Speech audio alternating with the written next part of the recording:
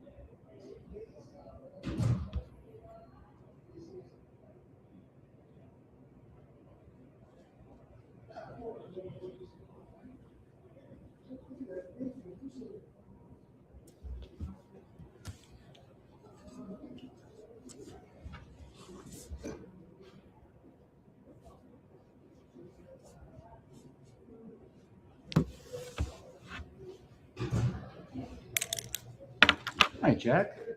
How you doing?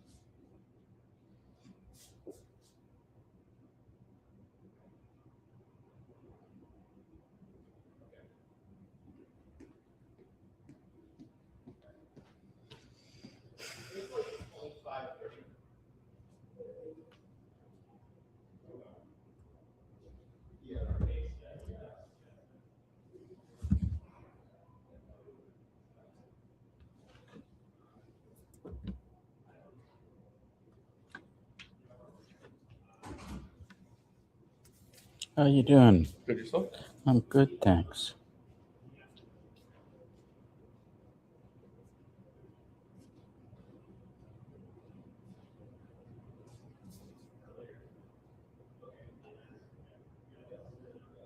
Mhm.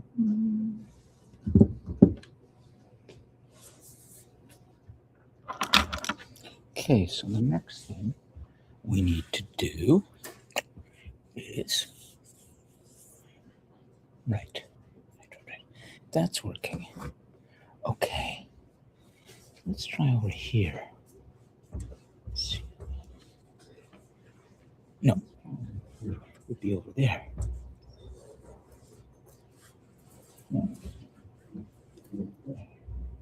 Right.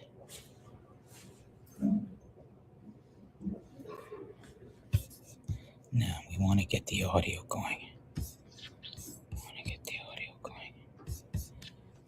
do that.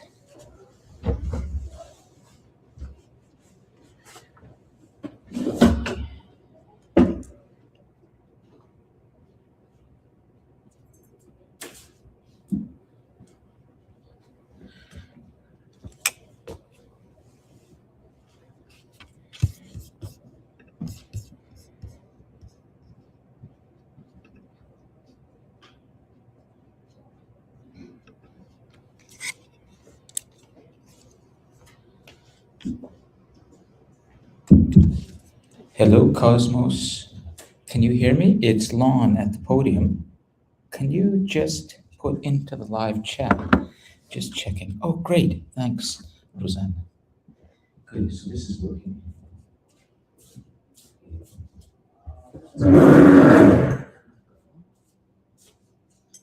Now, the next thing we want to do is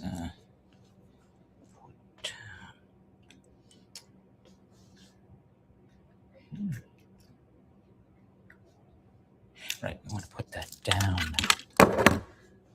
It's complicated, but it will work. So we do concentrate.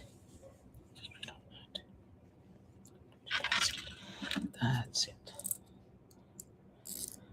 That's it. That's it. That's it. That's it.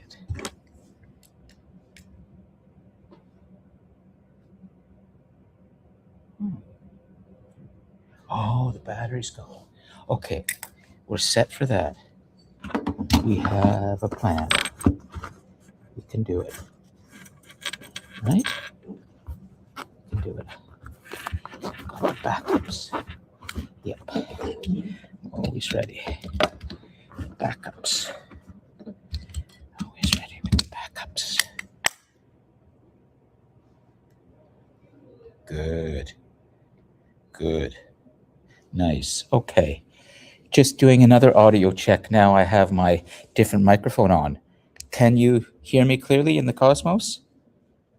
Thank you, Marco. Scott, Rosa. Beautiful. It's all working. It's all working. Okay, so I'm going to leave that there. And for all of you in the Cosmos, if there's any trouble and you can't hear me, just put it in the live chat or just jump on your microphone. Okay, so we're pretty close. I just need to do a few more things. So we're just going to concentrate on tech for the moment. The microphone is out in the nucleus. That's good. We have the smartboard set up right now. And we'll come back to this preset camera. And let's see, that should come right back. Yeah, great. Great. Okay, so it's locking off there. And then on the back end of YouTube, we're okay there. And then on the front end of YouTube, that's a little delayed. There goes, okay. Okay, so that's essentially where we are right now. Okay, good. So I'm just continuing to think out loud, talking to tech, and actually I have to put another participant, 2 participants. So I will go over to here, and I will put on the working tech. Gets 5 out of 5 today. We'll see if working tech wants to participate or not.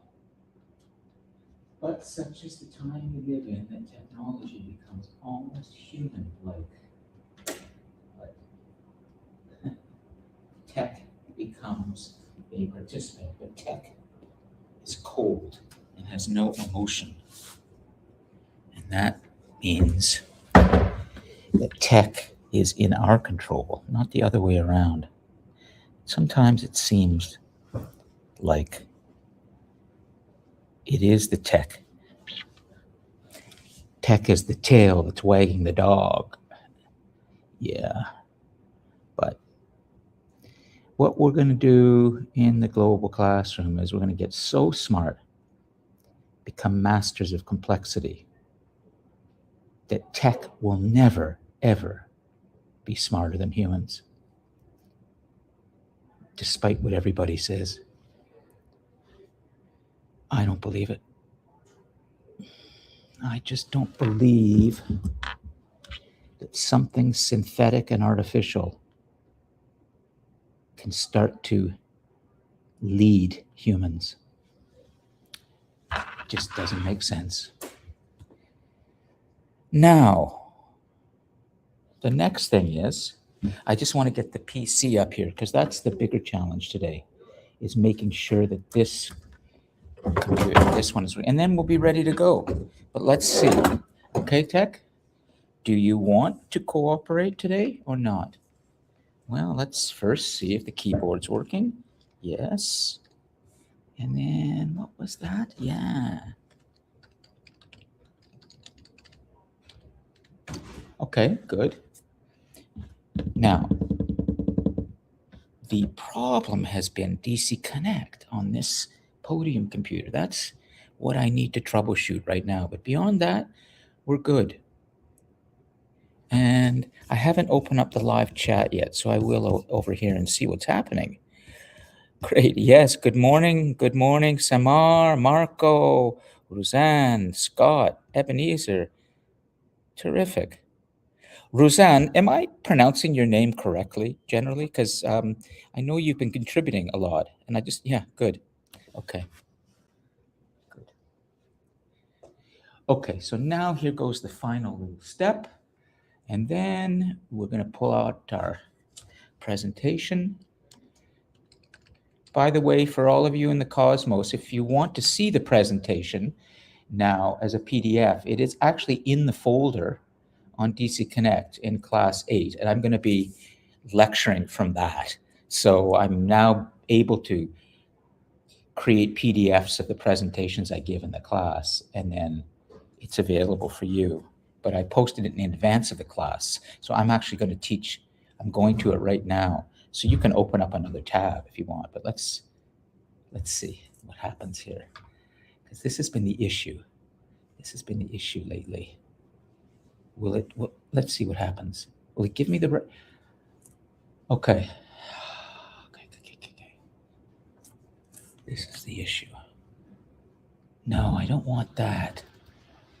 I don't want that. But I'll try this, okay? Just give me a second. Make sure. And let's see how this goes. Will this give me...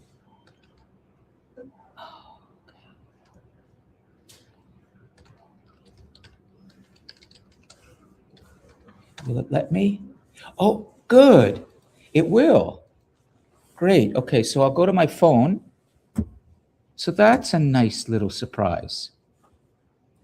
Yeah, 782-250. 782-250. Good, Tech. Nice. No, I don't care about that. Let's just get in. Oh, that happened last time. No. I'll try this. Yeah, that's the solution. That's the workaround that I was missing. So then I can go in here. There we go. Okay, so I'm going to bring this up on behind me, and then we're good. And that would be the PC, right? Yeah. There we go. So now what we'll do is we'll go into the content, and then there, that's nice. But we're going to want to go full screen on this stuff, but we'll see. I'm not going to worry too much about that for now. What's important is this. And I can do full screen there. Yes. Okay, so that's it. So I can lecture from that. Yeah, and I'll just have to get used to the, yes, it's a little, but I'll watch it here. Yeah, nice. Okay, I'm liking what I see so far, but let's see what's happening on YouTube because there's always going to be a crash there. But let's bring up YouTube here. Then I can see it clearly. And I know what's being pushed out on YouTube. And that's live there. We've got the audio down. And there. Nice. Okay, so finally, what I want to do is put the YouTube live stream up there, and that's on this computer. So we fixed that. That got fixed earlier this week. So that's smoother. And oh, I just need the map. That's right. I just need the map. So I'm gonna move that over here. I'm gonna bring the map of the world because I'm gonna stick that over that. So let's go. That's it. And how about actual size? No, so we'll have to do this. We'll have to do that. That's okay. Okay, so we've got the elements. The only thing is that I want this to be small. So that's streaming. I see it moving. We'll go to 50%, 33. No, we'll try 50. Okay, we're going to put that up here. Okay, and that way I can see. No. Be very careful with this. It's very fragile. Yeah, no, I don't want that. I want to move that. And then I want to open this out. But earlier this week, it was not cooperating, but now it is. Good, and the audio is good. The audio is holding. We'll put the back end of YouTube up here. That way I can see what's happening there. I can see that the code is moving, so there's no crash there. I see the icons down here horizontally. That's good. They're behind the students. So the last layer of this will be the map. And then what I will do with the map today is I'm not going to touch anything. I'm going to create the view. I'm going to go over here and I'm going to leave it essentially around the Mediterranean. Well, we will talk about the war a little bit, but really what we're going to do is we're going to talk about Alexander's campaign from Macedonia up here, this area, and it's going to be going all the way across what was then Asia Minor, Turkey, into Egypt, and then it will continue along to India, and then we're going to carry on with India today. We're going to do Prince Gautama, Siddhartha, we've got that. Then we're going to come back to Europe. Oh yeah, and we're going to do Rome. Right, we're going to do Rome. So Rome, there was one website, and I really wanted to get that up. So that will be the final thing I'm going to do on the PC, and then I'm teed up. So let's, we have the PowerPoint there. I haven't teed up the videos. It's just too much. What we want is the Roman, the name of that right now. You know what? We'll go there later. It's going to take too much time. It's already 11:20, so we have to. It always takes time. We need to get going. Okay, so I think we are good for everything. I'm just going to go shut the doors, and then we can start with our story. I would say that we have enough up here. As long as I don't touch anything too much, I'm just going to scroll through the presentation in the middle panel. And we have our onboard. I have everything here, so I'll just bring this mouse out here.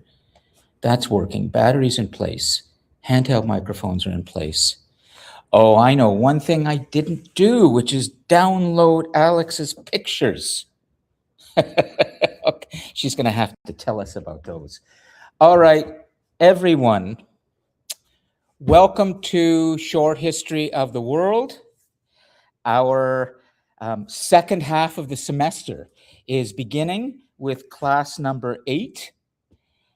And I am assuming that everybody can see me and hear me and see the others in the cosmos. If they can't, please just let us know in the live chat right now, and we will correct that. But other than that, I think we are able to lift off. And this is the best part of the class, when things are all working. So, how is everybody today? Good, Malagai? Yeah, tired? Okay. And everyone else is pretty good for the start of the second half of the semester. Alex, why don't you grab a microphone there for a second and make sure we'll just do a quick test with Alex and see if it's working. Just turn it on, talk into the microphone like karaoke. And Alex, how are you doing today? I'm good. Yeah. What is the second half of the semester looking like? Do you have it in hand, or are you seeing a tsunami coming at you? Honestly, it doesn't look too bad. Yeah. I actually this morning in my earlier class, I spent like a good hour drafting up just like a list of literally everything that I want for the semester. Good. Long, Yeah. but it's simple in reality. Good. Time management for all of you is going to become more and more important as you head towards the final part of this semester. And what I wanted to do today actually is give you a sense of what's coming in the second half of the semester, because there will be more work. And then I'm going to continue on where we left off before the break. Is I'm going to take you beyond the golden age of Athens, which is where we ended with the last days of Socrates, and that really good discussion we had about what you would be prepared to give your life for in terms of principles, because we learned that Socrates in 399 BCE, in this golden period and this little peninsula, you can see on the world map, if you just go north of the Mediterranean, east of Saudi Arabia, Jordan, and Syria, and you will see the Peloponnese, and then near there is the boot right at the edge. We're going to be getting into that today. We're going to be seeing a lot about the Roman world and about what I call the spells of our god kings.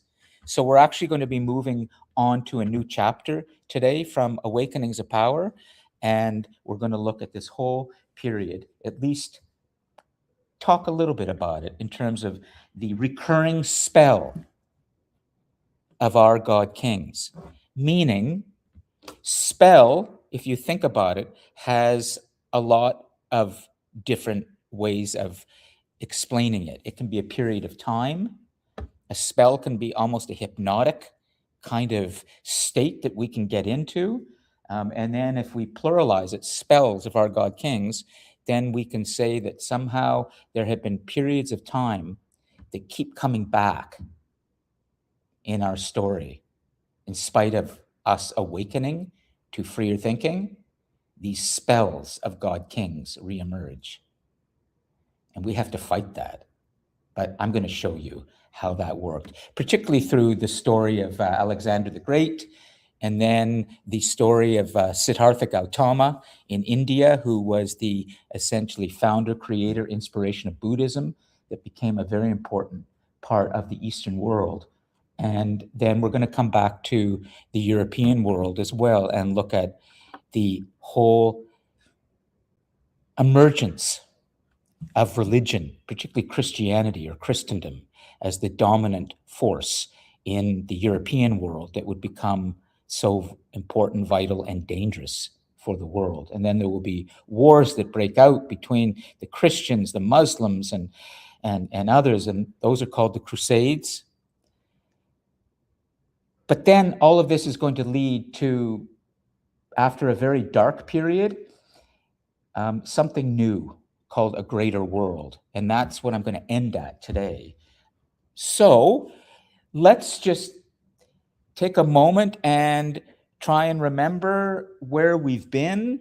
And also, I just wanted to give you a little bit of sort of personal news in case I sort of slow down and I sometimes stop today and maybe stare out into the sky a little bit. During the midterm break, I had one of the most consequential moments of my life take place. My mother, who was a single mother, brought me and my two sisters up and was 95 years old. She died in my hands last Friday, literally. So I'm here because I love to be here.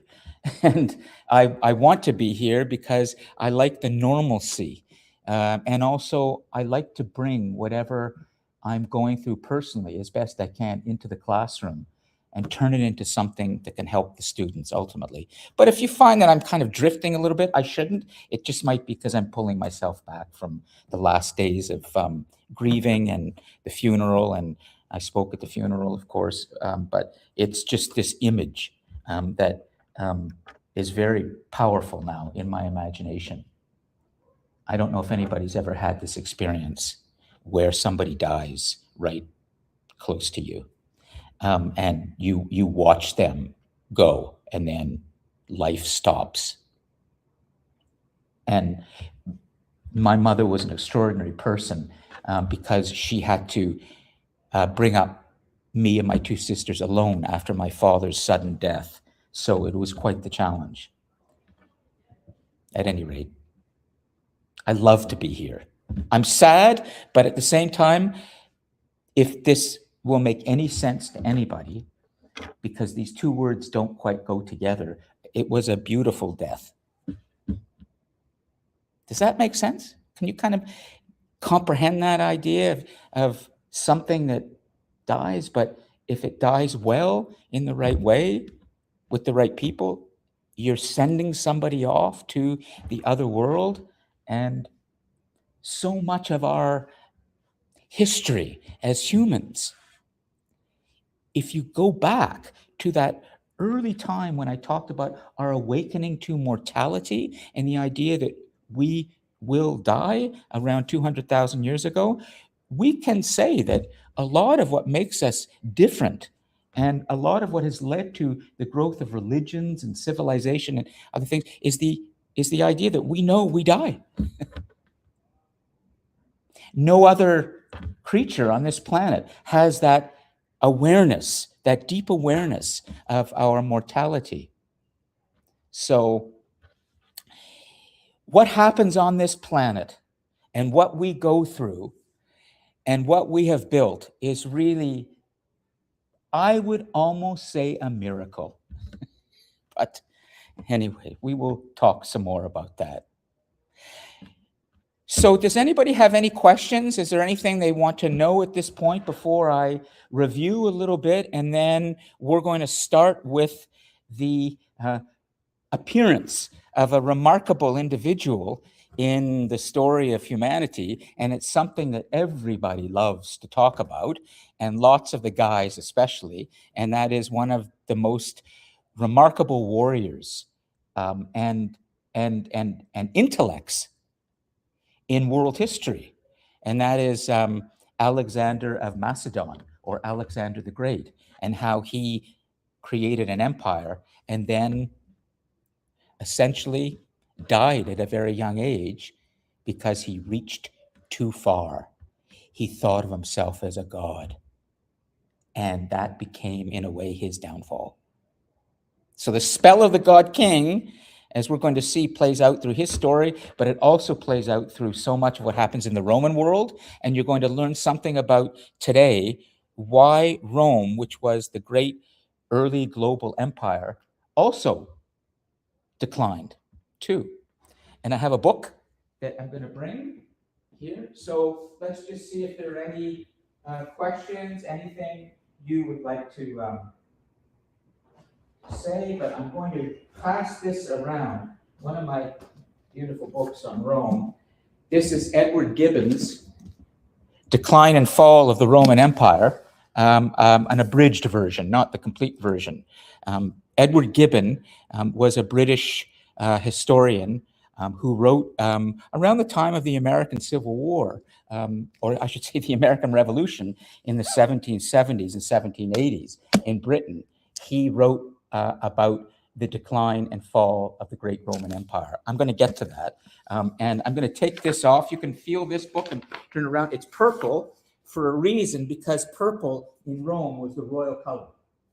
Purple was the royal color. So the emperors and many others who were in the elite of Roman society would wear purple around their togas. And purple comes from a little special snail, comes out of a snail from Phoenicia on the western side of the Mediterranean. So anyways, I'm getting too ahead of myself right now, okay? So let's, but please, if you want, go through that. You can flip through it because I always love to bring books. I love books. And I know that many of you may not be reading books like this anymore. You're reading online, but there's something about holding a book in your hand, a beautiful book. Okay, so no questions. Let me test, okay, for a second. For those of you who would like 5 out of 5 in the Cosmos, this is how you get it immediately. You unmute yourself, meaning your audio and your video. Okay, so the second half of the semester, I'm going to be kind of shifting the gear a little bit on how you get your full participation marks in the Cosmos. It's not just about unmuting your audio. If you want full participation marks immediately, you've got to stay connected to us in audio and video. Okay, so let's see if there's anybody who does that right now. Those in the Cosmos. Marco, Scott, Roseanne, Zohair, Bella. There we go. Ebenezer, way to go. We've got a face. Lovely. You've got your 5. Just stay there. Now, Ebenezer, I just want to test and make sure we can hear you when you speak. So could you just say hello? Hello. And how are you today? I'm good. Excellent. All working. Okay. Nice. Here comes Samantha. Hi. Way to go. Very good.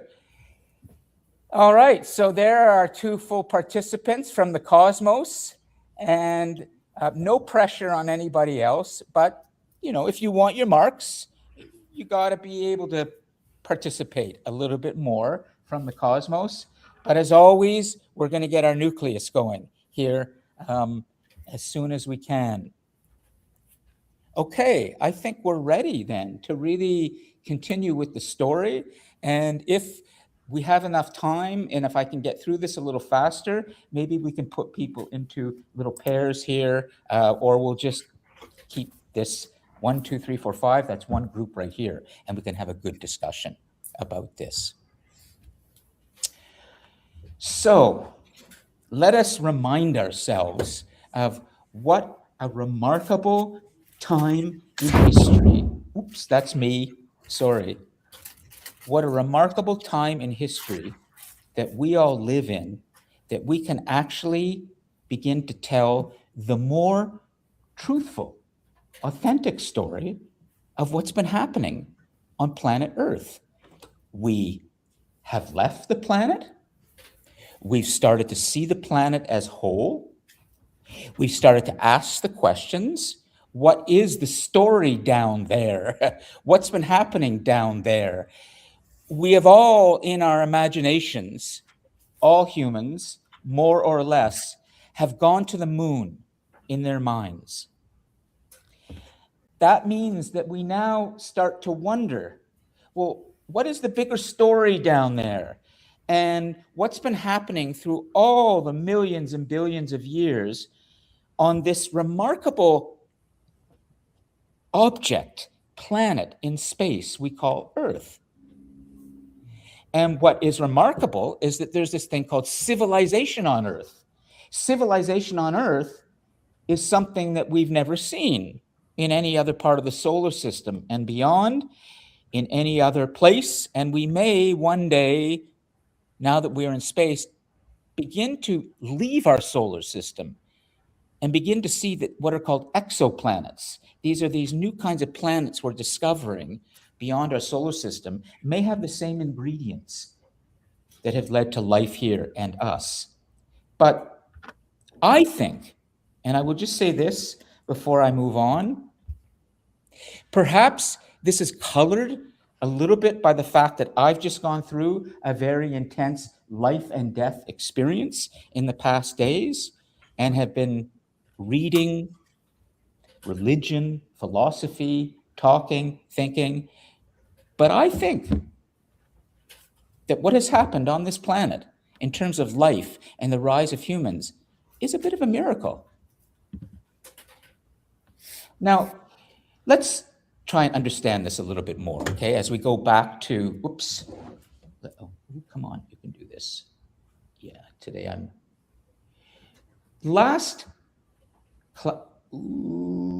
yeah, okay. Last class, before the break, we ended with me doing a reading here of the last days of Socrates. And then we had a great discussion. Malachi, Alex, and others spoke, and you all addressed the question of what you would be prepared to die for in terms of principles, as Socrates had died for his principle of free thinking and independence of thought, as the Spartans came into Athens and other Greek city-states and formed new, more oppressive governments. And I want to move on from that period now to tell you about the intellectual empire that Greece gave to the rest of the world. And I can do it this way, to give it in a very simple way. Socrates, Plato, and Aristotle, those three legendary, enduring philosophers of the Western world largely, but they're important for all of humanity, because of the way they were thinking freely and asking the big questions of why are we really here? What is our purpose? What is a human being? So, for example, Aristotle wrote a book called On the Heavens. Aristotle was the last person you saw in our lecture before the break, where he wrote a book called On Politics, and he talked about freedom and being free from slavery, but he wrote a great deal. And one of the books he wrote called On the Heavens was based on his idea that if you look up at the sky and you look at the moon and you see something that we now call an eclipse, it raises a very important question. He knew then, when he was looking up at the sky and seeing that moment when the earth passes across the moon and the sun is shining on the earth and casting its light or shadow onto the moon, that what you see on the moon, which is what you see behind me right now, which is an eclipse, is something curved. So already more than 2,000 years ago, there were minds that were not satisfied with the idea that, oh, the reason that the earth has a curved shadow on the moon, from a religious or spiritual standpoint, we would say, oh, it's because of the god of the moons or the god of shadows. But what Aristotle was doing and others were doing, and this is the free thinking, the birth of science that's so remarkable, is he was saying, no, I think the planet is a sphere. How could the sun create a shadow of the earth on the moon and it be curved? It would mean that we're curved down here. Does that make sense? This is a remarkable way of thinking about the world, and it really is the basis of science and how we live today. And it is summed up in this idea. This is the end, really, of Awakenings of Power, the chapter, and I'm going to start with Spells of Our God Kings. But this is a wonderful line from H.G. Wells, who was a science fiction writer of the 20th century, a world historian, and an important thinker, wrote one of the first world histories called An Outline of History. And he said about this way of thinking, about the golden age of Athens and Greece, represented by these three philosophers. you are not awake to your own power. Now, I want to stop there for a moment. This is the climax of the lecture I was giving on awakenings of power. I want to make sure you understand this really big thought. What H.G. Wells is saying is that in his assessment of the importance of the golden age of Greece, which he called the lamp of humankind, he said that what those philosophers and others, free thinkers, were doing is they're saying, you, fellow human, you're not awake to your own power. What does that mean? Now, I'm going to stop, and then we're going to carry on in a moment, but I want to make sure we have a scribe to start getting these thoughts down, because this is a profoundly inspiring way of thinking about the world, and it's also very much about the power of science. Somebody has their microphone on, so just make sure you're all muted for now. First, we need a scribe. And Alex has been doing a great job, so go ahead, okay? And Alex has volunteered, and let's see, I'll take the camera over there to show Alex, and let's see if that's working.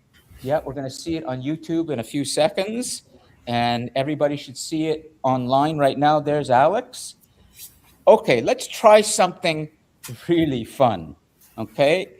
On the YouTube recording, which is the recording that gets seen by everybody asynchronously and is watched, what you see is this, okay? You see all of the cosmos horizontally.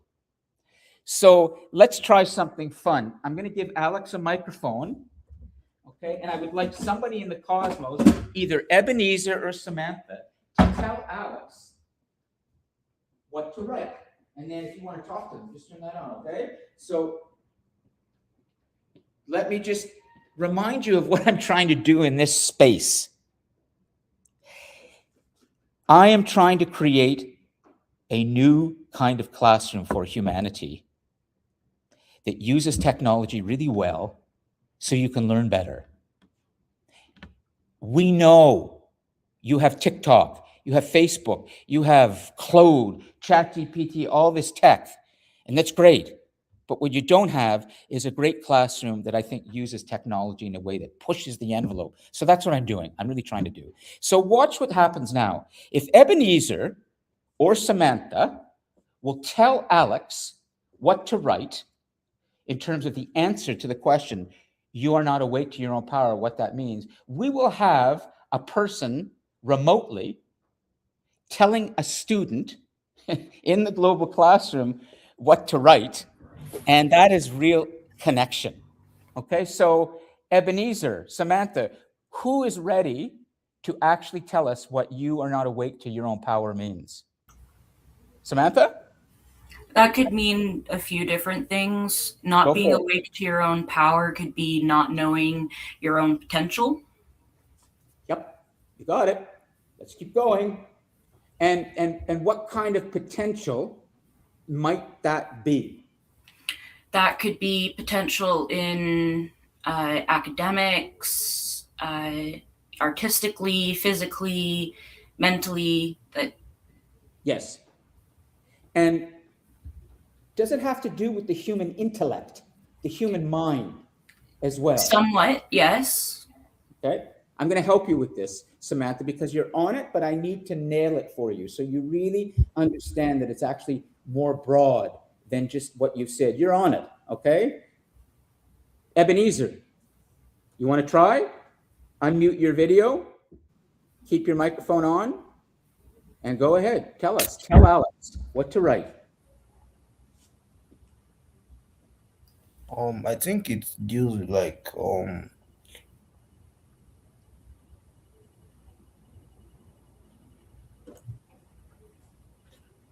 yeah, like what an human is like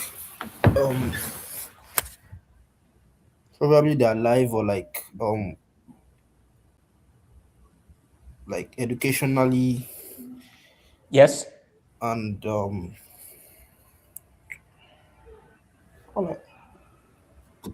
You are not awake. If Ebenezer, I am saying to you now, Ebenezer, you are not awake to your own power. You aren't. What does that mean? It means I'm not fully at like my potential or something. Yes, potential. There could also be Malachi, could you open the door for, there's a student, Brandon, who wants to come in. He's just in a wheelchair. Come on in. Go on. there So- is also the fact of not being awake to your own power is not knowing the effect you have on those around you, or how much you affect your surroundings. Good. We're on it. I'm going to help you a little bit more just to really nail this for all of you. And then I'm going to go on, okay, with the beginnings of Spells of Our God Kings and this extraordinary story of Alexander of Macedonia. When H.G. Wells said this, what he meant was that when we humans apply our critical thinking and our persistence, our concentrated thought, our mental powers on understanding things, problem solving, what's happening in the natural world, why does, when there's an eclipse, does the earth cast a curved shadow on the moon? What he was saying was that we humans, we can solve any kind of thing when we think deeply about it. We have this thing called the human brain that has enormous power. Samantha, Ebenezer, and others. And instead of creating stories about what has happened on Earth, which do represent something beautiful about the human imagination, but that's not enough for humans. We humans want proof. We really want to know exactly what's happening in nature. Why have things been changing so much on the planet? What exactly is intended for us on this planet? We want to know more with this kind of concentrated, hard thought, and that's really science. That's the idea that we want to know the truth and have proof for it. And so the power that we have is our ability to think hard and deeply and probe into something and ask deep questions about why and how. And that's a way of thinking. That's what H.G. Wells meant. And when you become awake to that, when you embrace, is another very important term, when you embrace the gravity of stillness. Remember, gravity is a huge force, but gravity, the gravity of stillness is when you can hold yourself still and not be distracted by so many things. Your phone here, your laptop there, your mind is going, but when you can sit still and begin to really concentrate, you can actually start to tap into a great mental power that's going to help you and it's going to help others. Does this make sense? This is the idea of not being awake to your own power and wanting to be awake. Now, this was a very high thought, this idea of not being awake to your own power. But in the 300s, through the 200s BCE, before the present era, there was a country just north of Greece called Macedon. And it was a little bit backward, but very militaristic, the way Sparta had been. And it had a king named King Philip, who had been fighting against the Persians. If you look, for example, at the map of the world right now, and you take your eyes to, here, I'll make sure that this is, sorry. Take your eyes up to Greece right now, just that little peninsula sticking out in the eastern side of the Mediterranean towards Turkey. And just north of Greece, there was Macedon and the court of King Philip with his son Alexander. And the Persians were the great power of the day. They occupied what is now Turkey At that time, it was Asia Minor, ruled by the great Persians, like you might have heard Cyrus, for example, or Xerxes, the emperors of the Persian world. And Philip, being an enterprising warrior who believed very much in the idea of conquest, he was also highly intelligent, and he recognized that in order to educate his son properly, he should bring from Greece one of the philosophers. So this is a very famous image. I tried to find one that was really nice and sort of contemporary and clear. We, of course, don't even have a painting or a picture of this, but this is Aristotle behind me. And next to him is Alexander the Great. And we know for a fact that Aristotle became the tutor to Alexander. And Aristotle brought to Alexander, who will become one of the most important conquerors and warriors in all of human history, he brought to Alexander these ideas about not being awake to your own power, about the idea of science and technology and conquest, and that if you can imagine it, if you can believe in it, and you have the support for it, you can do anything with the human mind. So this kind of thinking filled Alexander's mind as he was growing up. And as a teenager, he was not only learning about these important philosophical concerns, but he was also being educated in the military and warrior arts. And this is what makes him so interesting as a figure in human history, and why we have to, sorry, I'm just so gentle with this scroll today. This is a relief, an actual relief of Alexander on his legendary horse, whom he actually, he wanted to even join him in ruling when he began to expand his empire. But in the course of a few years, in his 20s, he's going to do something that no other human being has done in human history. And all emperors, all kings, many warriors coming after him, whether it's Napoleon, whether it's Julius Caesar, or others, will look back on Alexander as an example of what they wished they could do in terms of creating an empire.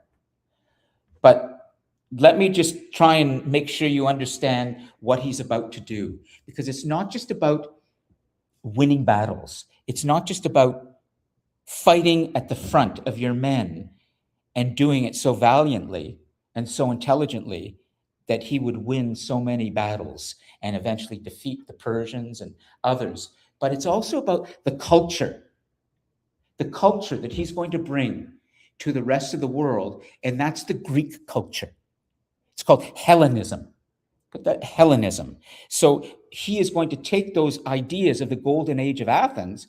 He's going to conquer Athens, conquer Greece, and he's going to adopt their techniques and their ideas, and he's going to spread them across the rest of the world, including the ideas that we touched on last week, the military ideas. Remember the hoplites and the phalanx that we talked? Well, he's going to use that very same military tactic as he moves into the Eastern world. But let's first try and understand something about what he began to do in his conquest. And I'm going to just zoom in on this map a little bit more so we can follow this, and we can see here, up here, was Macedon. It's just called Northern Macedon now, or Northern Macedonia. You see NMACE, but this was a bigger country around 2,200 years ago, and that's where the court of Philip was and where Alexander was raised. He eventually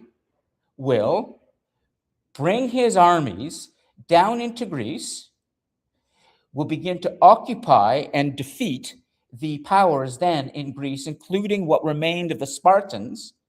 But then he's going to cross the Aegean Sea, that's the sea right here, and he's going to confront the Persian rulers at the time, the ones who it is claimed had murdered his father.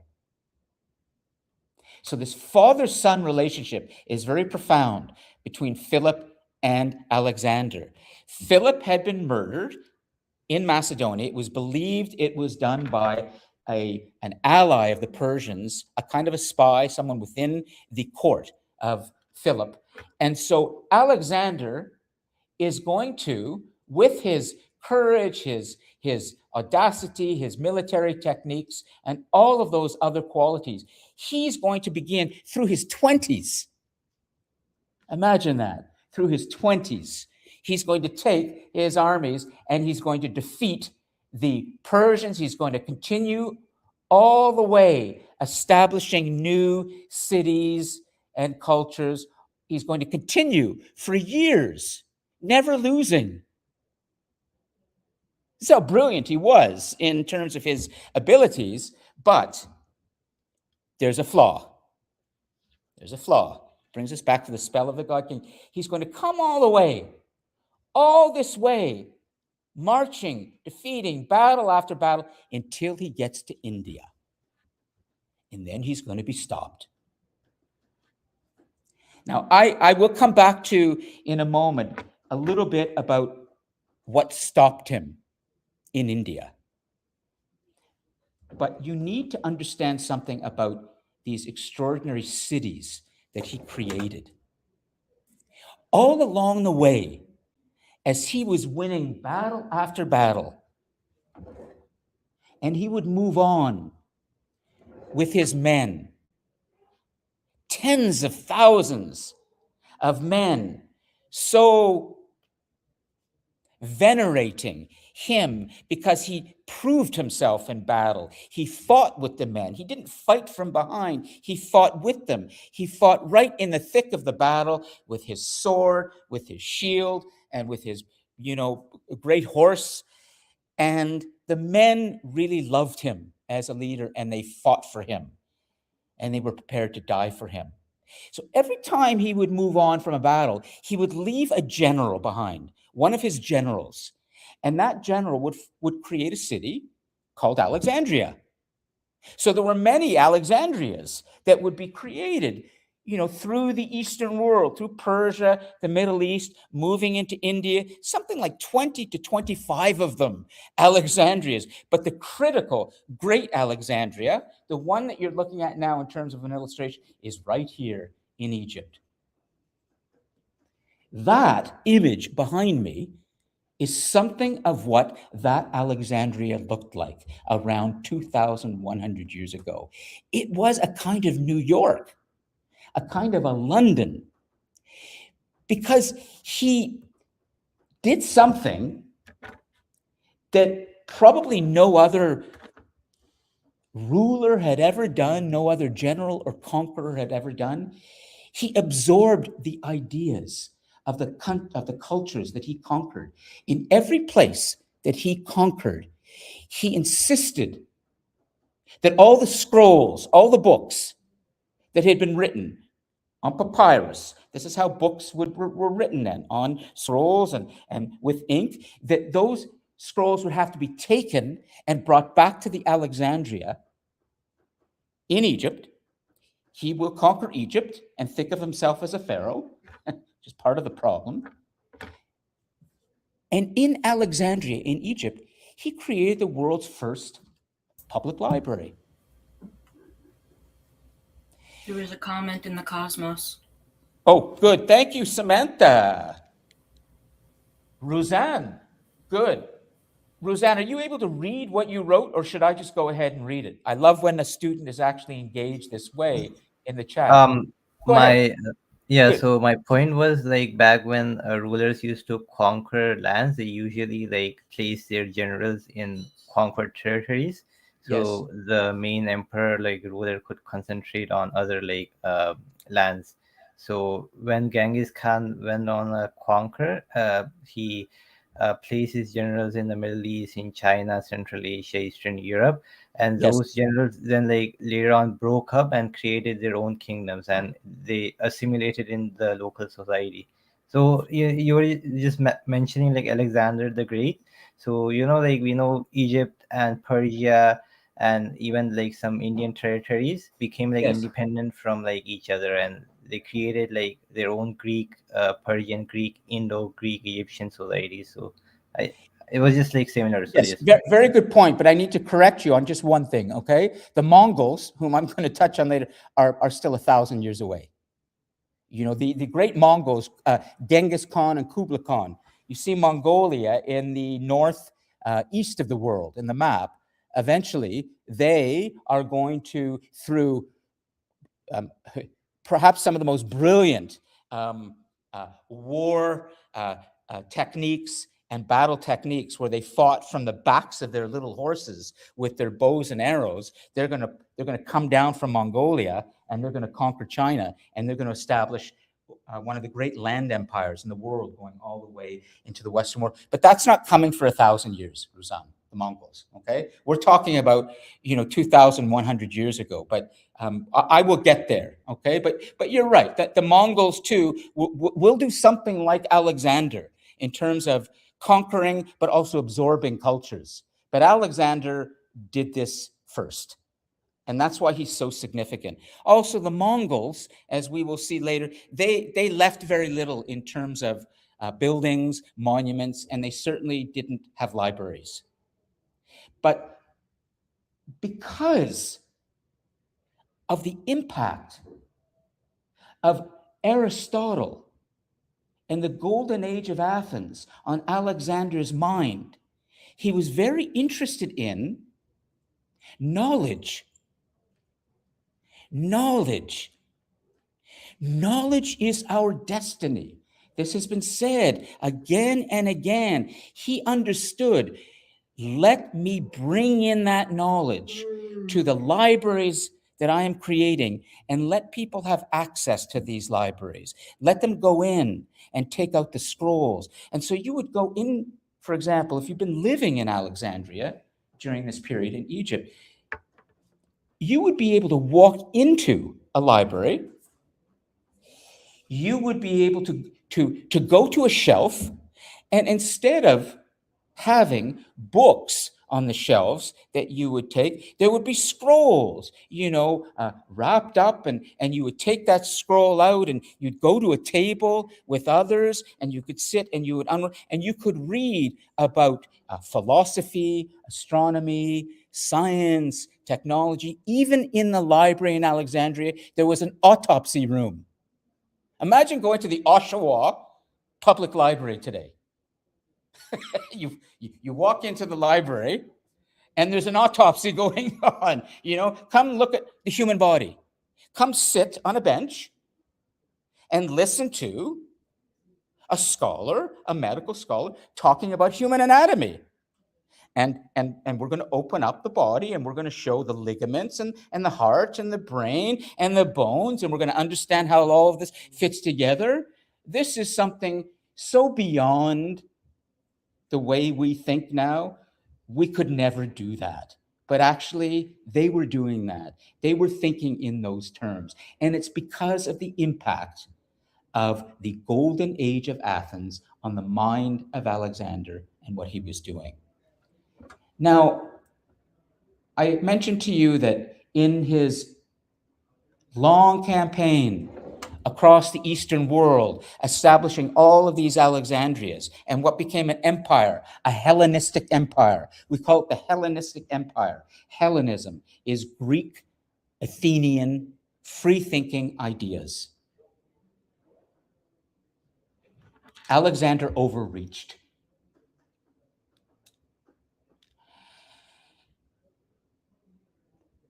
Just to give you a modern example of something like this, in no way would I ever, in terms of their characters and intelligence, want to compare Donald Trump to Alexander the Great.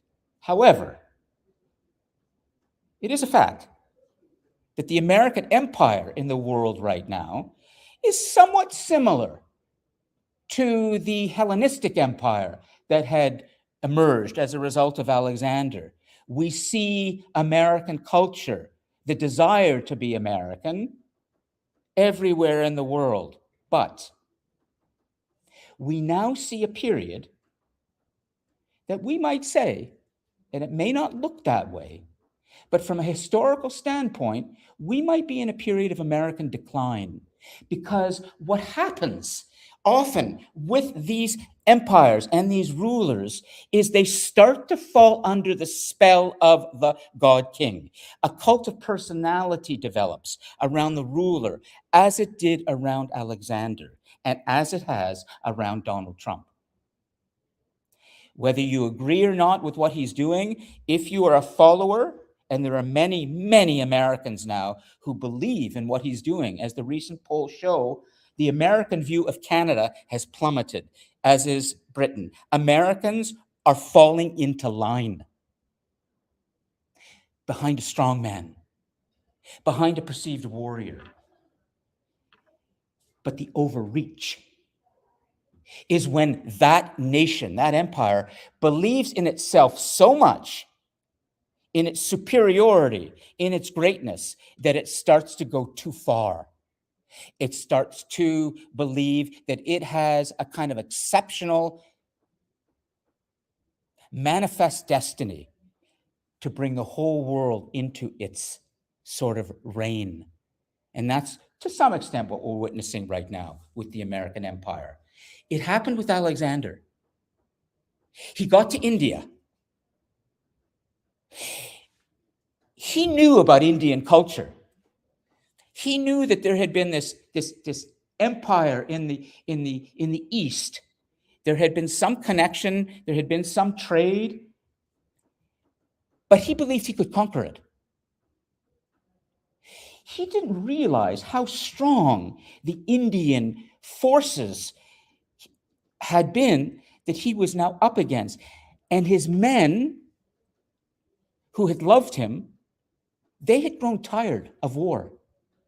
They didn't want to fight anymore. They didn't want to go further into India. And so Alexander withdrew. He went on a long march back from India, all the way back to the new capital in what is now Iraq, and then it was Babylon. And there in the court of Alexander in Babylon, he remained. And eventually he would expect that the philosophers, the very philosophers that he had learned from, that when they see him and meet him, they would have to go prostrate on the ground, not look at him. They had to greet him like a pharaoh. Pharaohs, the Egyptian kings that he had fashioned himself after, they believed themselves to be divine. Alexander had grown to believe himself to be so divine that he could not be approached, even by his teachers, unless they were prostrate and not looking at him. And so what he did gradually in the last years of his life is he grew more inward and deeper into this idea that he is a God King. And eventually, through a lot of drinking, we believe he was an alcoholic, through unimaginable wealth and power, he died of, we might say, excess at 32, 33, if I can remember correctly. So he died young. He died great, but he also died in a way that almost is in direct opposition to what has made India great. Let me keep you with India for a moment. Had he gone further into India and begun to understand the culture more, here is what he would have come up against. Nonviolence. I'd like to tell you the story of one of the most important figures in Indian history. and you're looking at him right now, a kind of representation of him. Siddhartha Gautama, the great Indian prince. Siddhartha, Siddhartha, Gautama, Gautama. This is a remarkable story. And it is a contrast to the kind of character and idea that Alexander represented, which is power comes from conquest and violent confrontation, from war. That's one way of looking at how humanity grows or expands, because men come to power, they build great armies and great navies, and they conquer others, or they bomb others, and they destroy others, and they create new regimes. That's one way. Maybe we'll call that the male way, although we're changing. Lon, Yes. Ruzan had a question. Thank you, Samantha. Go ahead, Ruzan. I have a question. Didn't Romans and Greeks worship kings as gods, or it was just like in Asia? Are there? Say that again, Ruzan. I didn't hear you clearly.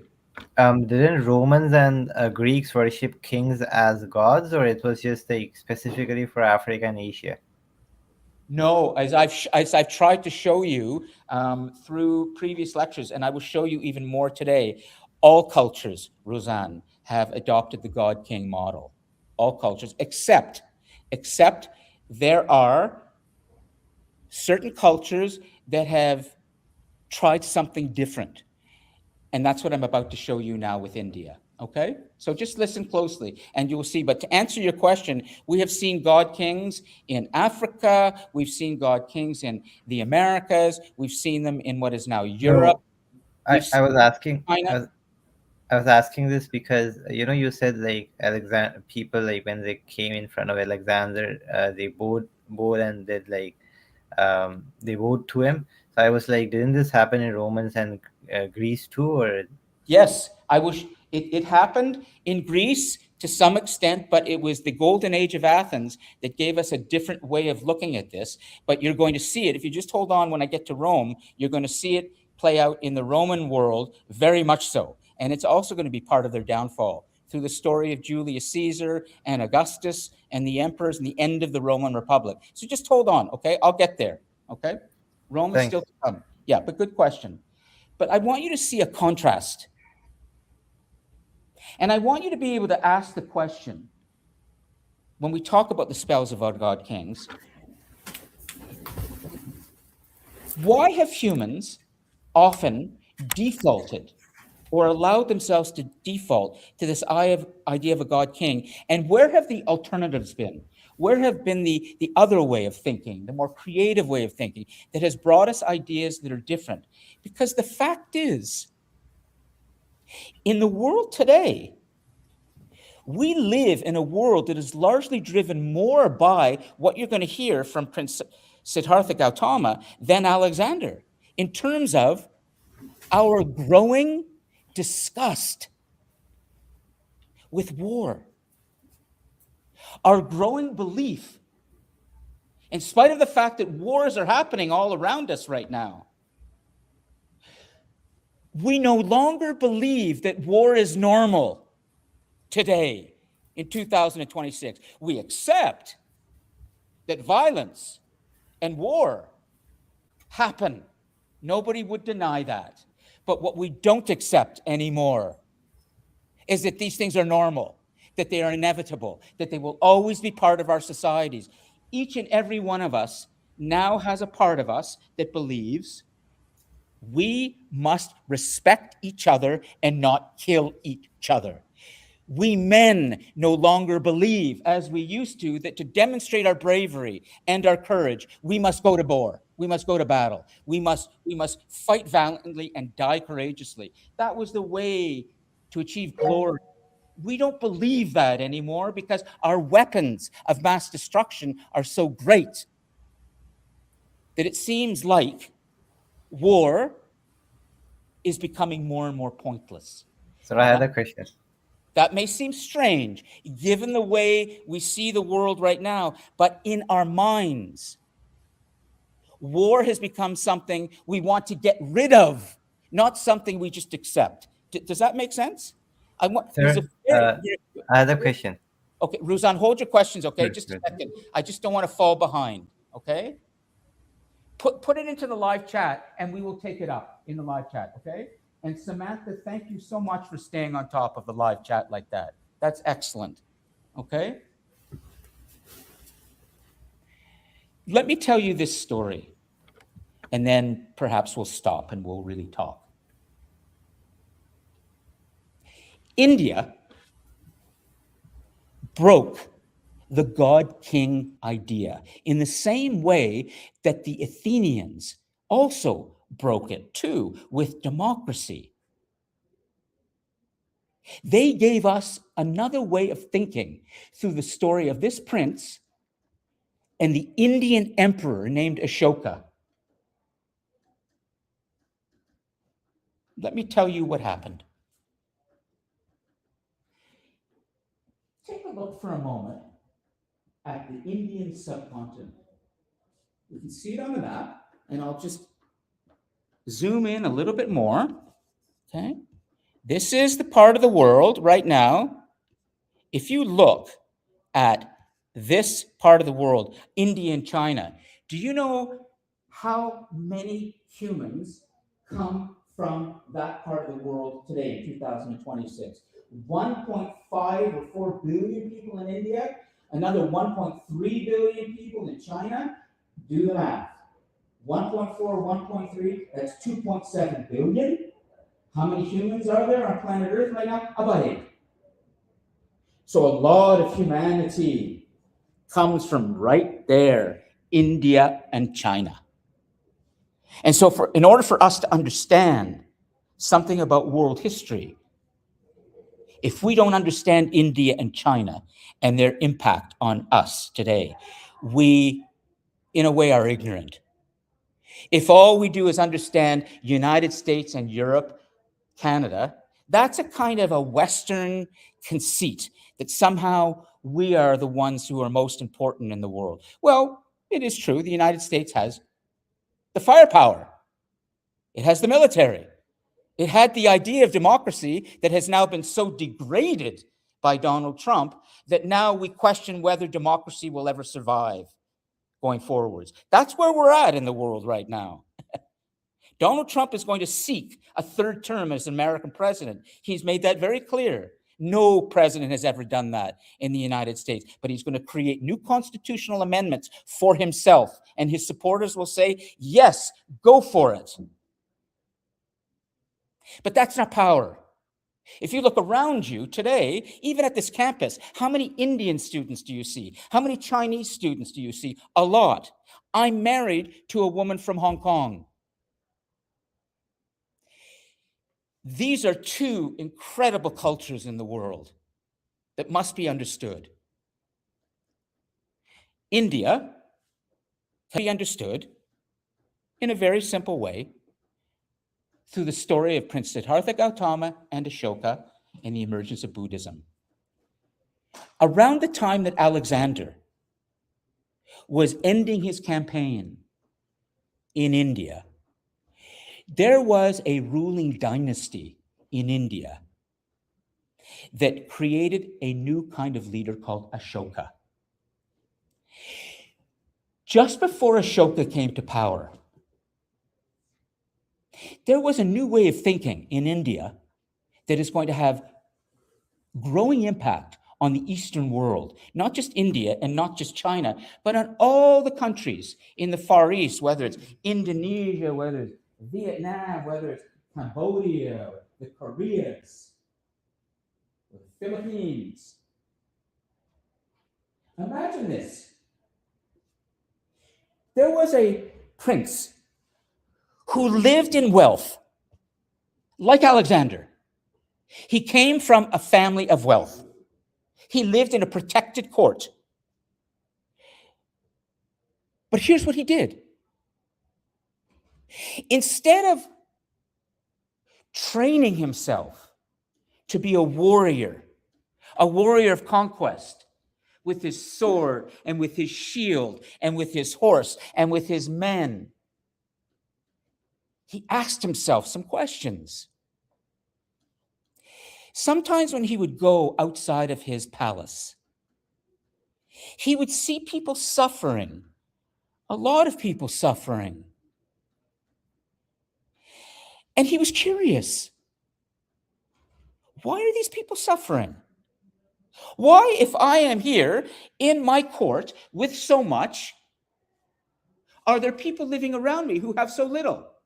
I have much, they have little. And he began to reflect on this question. And he began to wonder, why am I suffering? Alexander would never ask himself this question.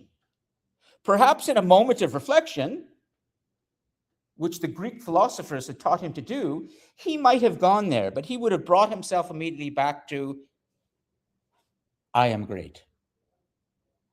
I will conquer. I will avenge my father's death.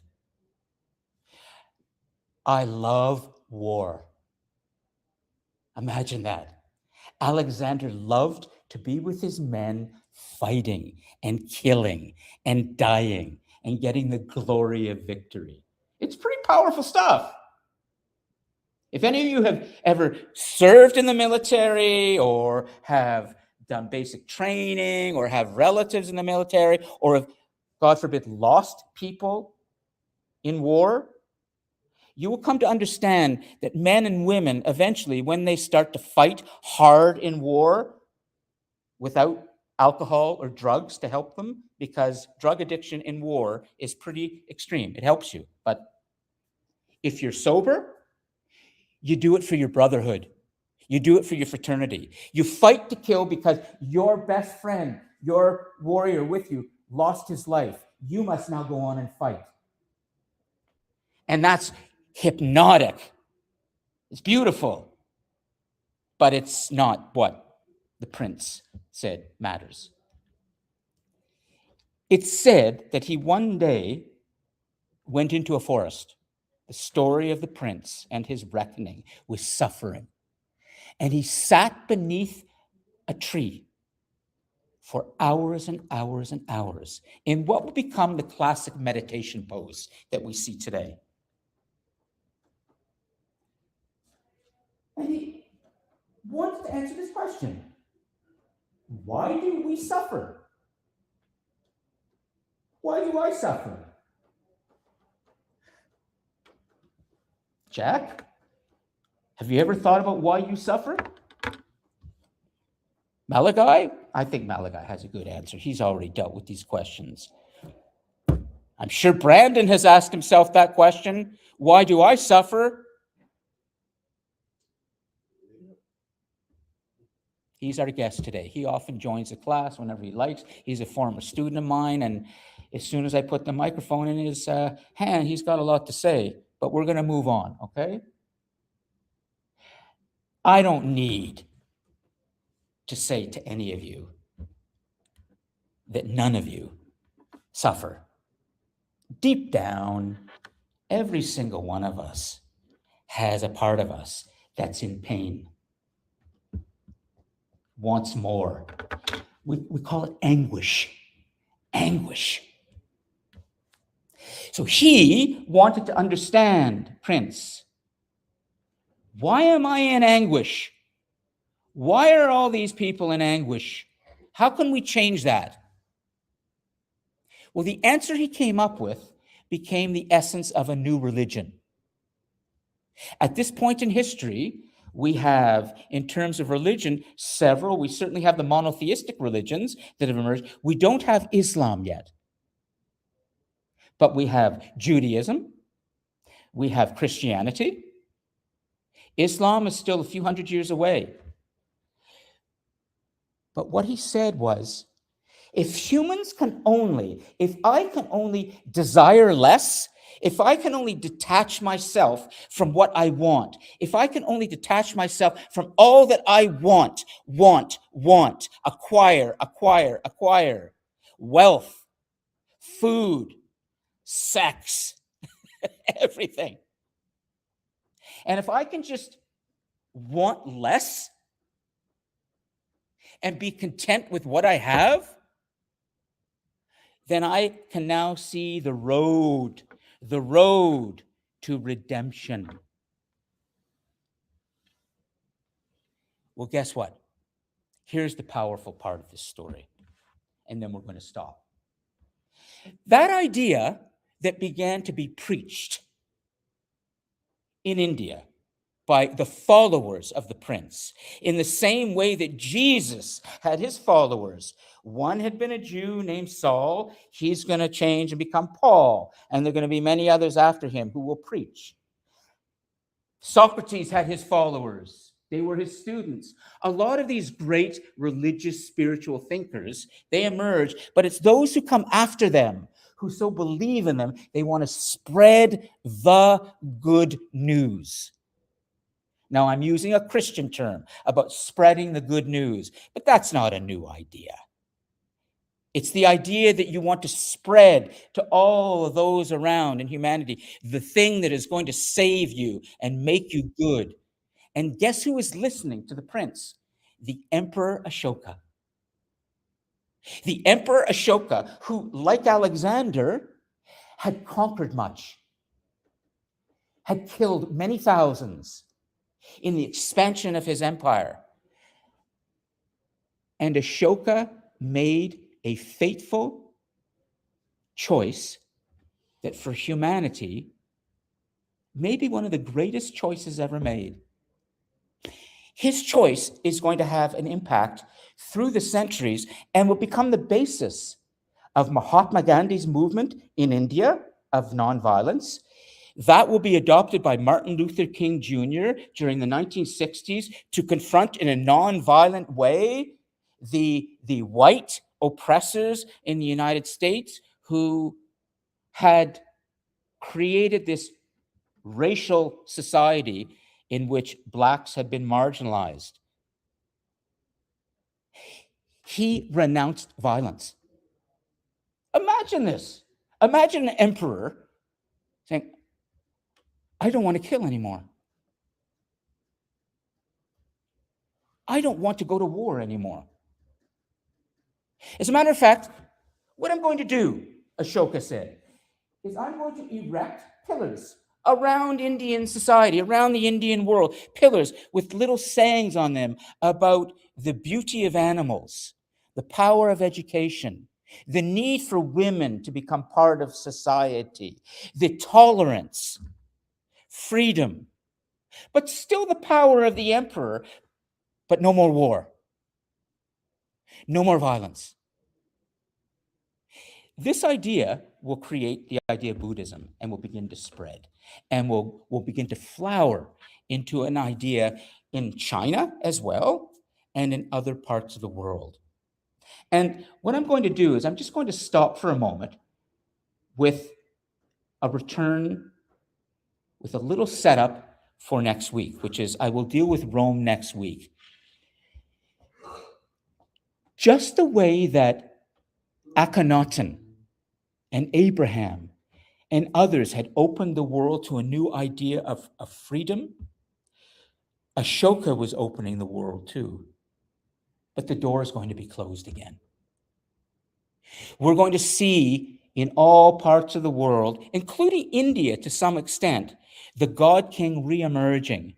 This is a picture of a painting in Mexico.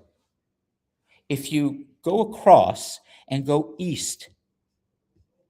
west in the world, and we keep going all the way across the Atlantic, and we come to the great Mexican world here.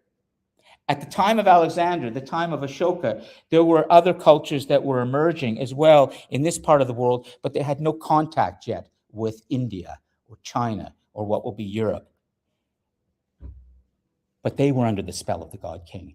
If you look at this image behind me, it's about 8,000 years old.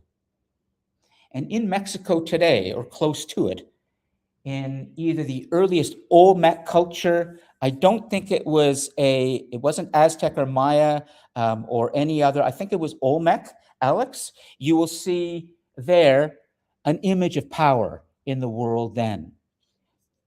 Here is the ruler, right there, holding the staff of power. And here is the supplicant, the lineup of people coming to him, pleading with him for something, for a decision, for food, for anything. Will I be permitted, God King, to do what I believe I must, but only when the God King chooses to answer will the supplicant be allowed to get up and carry on. At least in this case, the supplicant in this image is looking at the God King. In Alexander's final years, you have to be like this. You have to be on your stomach, prostrate, and you couldn't look at him. This image of the power of the God King, you will find not just in the Americas, but now in Africa. If you go into early African societies, you will see the same kind of idea, which is there's the ruler with the crown holding the world in his hands, and everything revolves around the God King. And then most remarkably, with today's final image, and if we can, I might even be able to show you a little scene from a documentary that's terrific. Do you know which part of the world can tell us about the power of the God King and the spell of it more than any other part? And we're not in Rome yet. We're coming. Of all the parts of the world, right now you're looking at a very famous collection of terracotta soldiers. They're called the Terracotta Warriors. About 8,000 of them that we've discovered in a part of the world. And they tell us something about the spell of the God King and about what's called the God King's mandate from heaven. Which country, which part of the world do you think these terracotta warriors and this haunting, powerful force of the God King is greater than in any other part of the world? Sure. There it is. I didn't even need to take the microphone to him. China. China. Now, are you aware that today China is, next to the United States, the great power in the world? 4,000-year-old civilization. Are you aware that today China has a leader called Xi Jinping? China is officially what is called a communist country, but actually it too has a cult of personality that revolves around Xi Jinping. Xi Jinping, like Chairman Mao, the 20th century, who helped create this new kind of China, he writes little books that are handed out. People memorize what's in them. He has now sought and won power for life. He has power for life in China. He's been given that. You may ask yourself, why would this great civilization of people today, 1.4 billion of humanity, give so much power to one man and his small Politburo, as they're called, of older men around him, just a few, all sitting in Beijing? Well, some of it has to do with the spell of the God King. Because guess what? You go back to the beginning of China, when China was formed from all these warring states, and you will eventually come to a singular individual like Alexander the Great, and his name was Shi Huangdi. SHI dash HUANG dash DI. Shi Huangdi. Oh, was he extraordinarily intelligent and brutal. When he died, it was believed by him that he must make sure that he takes with him to his grave that consists today in China of what's called a necropolis, Necropolis, a necropolis. It's an underground city built for the sake of containing the body of a divine ruler. It's exponentially larger than the pyramids. The pyramids were built to contain the pharaohs. 20 square miles underground in China, we have begun to discover over the last decades. 20 underground. And what we've begun to discover underground are all these terracotta warriors. Each of these soldiers, all life-size, all sculpted and created according to a single soldier who would stand for his casting. Another would come in. Every single soldier here has a slightly different appearance because they reflect one individual who protected the emperor, Shi Huangdi. And we have discovered 8,000 of these terracotta warriors that Shi Huangdi took to his grave to protect him in the afterlife, just the way they protected him in life when he was alive. As a matter of fact, we've begun to discover where his body is. It's in a huge chamber underground in which these soldiers were surrounding and has all sorts of rooms in it. And there's one room in it, and his body, we believe, is there. And it has mercury, a little river of mercury flowing through it. It has on the ceiling, we believe, little mercury stars that Shi Huangdi is looking up to, as if the universe revolves around him always. It is said that Shi Huangdi, like Gilgamesh, one of our first god kings, wanted eternal life. He wanted to live forever. He wanted to have an impact on the world forever. And so he started to take mercury. He started to swallow mercury. He thought mercury would give him immortality. He was wrong. It made him sick. He eventually died of that and other causes. But here's what I want to leave you with. Next week, I promise all of you, you're going to see something about the spell of the God King play out in the Roman world, but we'll get to that next week. Let me come back to Shi Huangdi of China.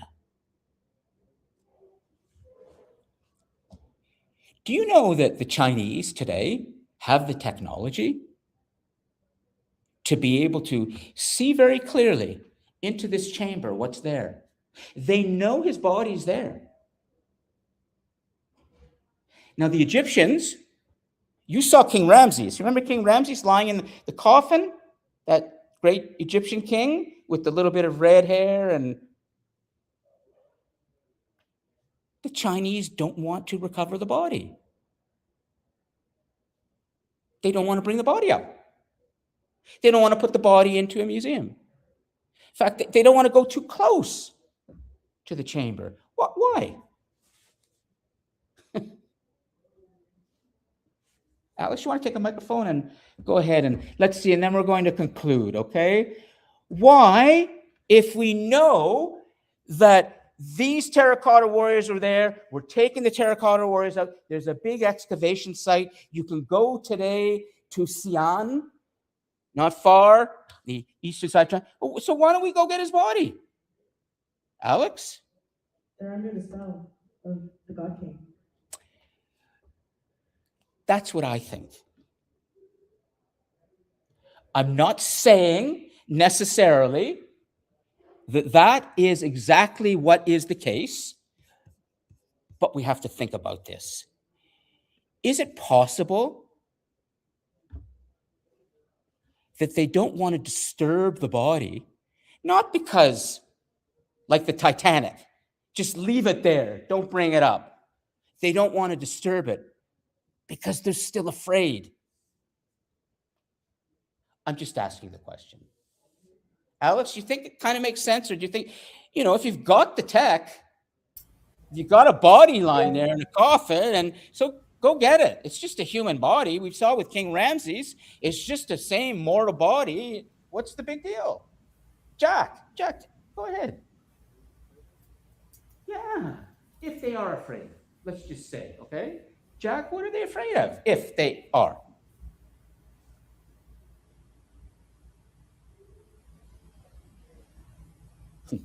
A ghost? Do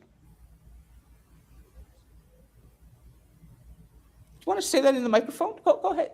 They're scared of him. They're scared of him coming back. I think that's a pretty good answer. Could you put that on the button, Jack? Don't get the body. We're scared he might come back. If that's true, if the spell is so great, and next week you're going to see the story doesn't end with Shi Huangdi. The Romans, they're going to fall under this. An emperor is going to come to power in the Roman world when the Roman world was a kind of democracy. It's called a republic. And that person is going to seek power for life. His name is Julius Caesar. After he is killed, his adopted son is going to take on power. And his adopted son is going to transform the so-called democracy into an autocracy, which is no more vote, no more sort of equality. Now it's one man again.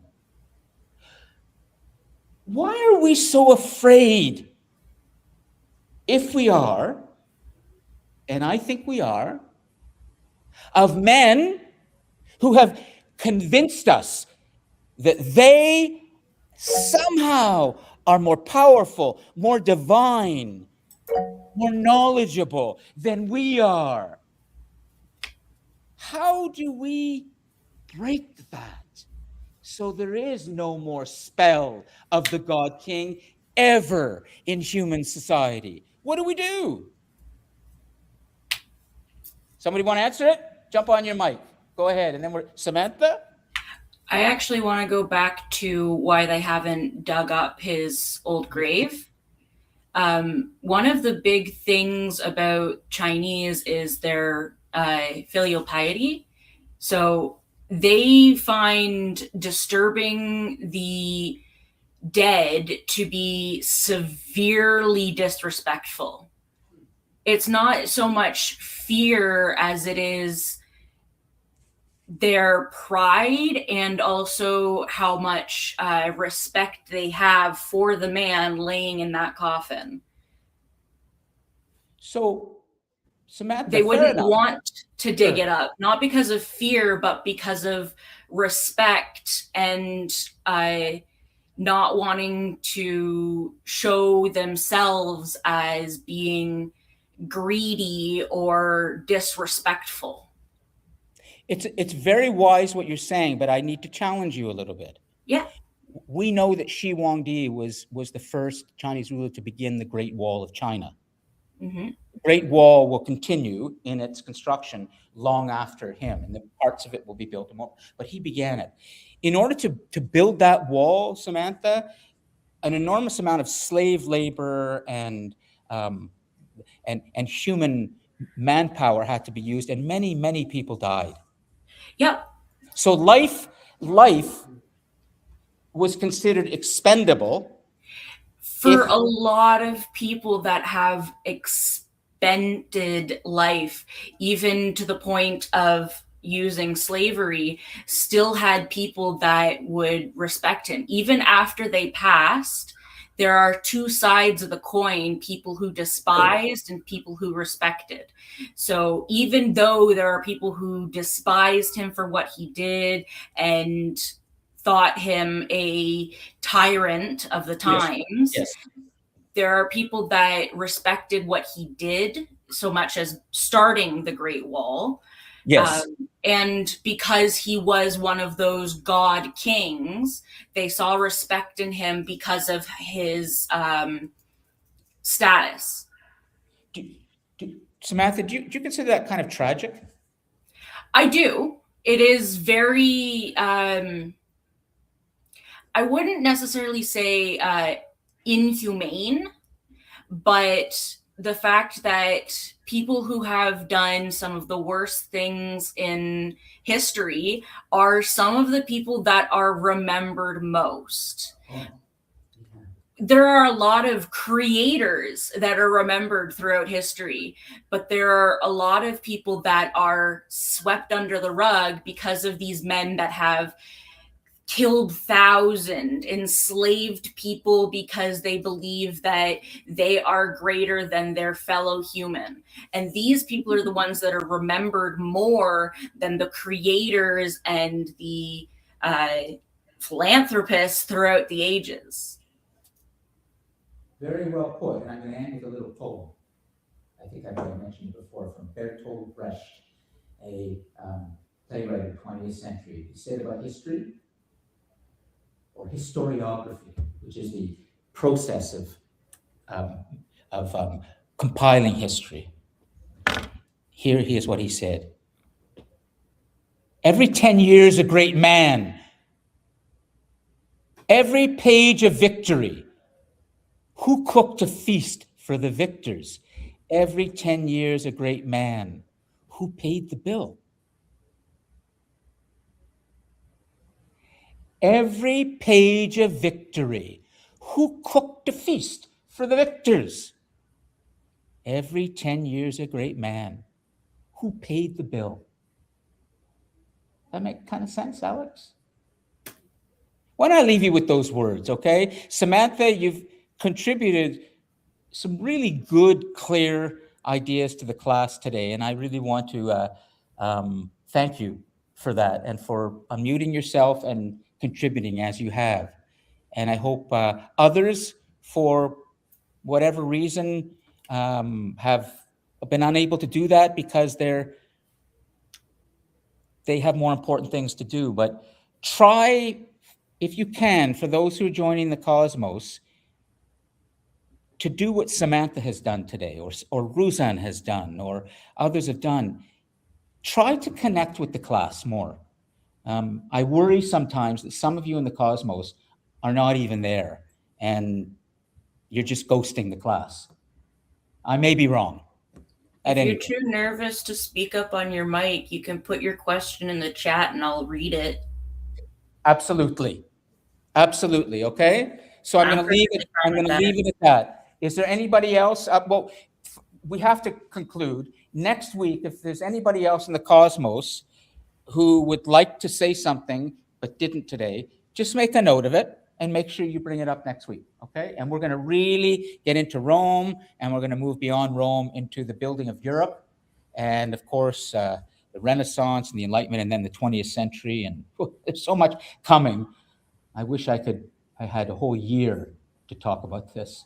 Thank you, everybody, and see you next week. Okay, so let me make sure I save this. And I'm going to come and get Alex's notes. Save. let that go for a second. That go. Where's the snow coming from? Oh, okay, so I just need to take some notes. We're still live on my microphone, at least. So I just want to get Alex's. Good, Alex. We've got everything here. Export, save. We're going to go to the USB stick.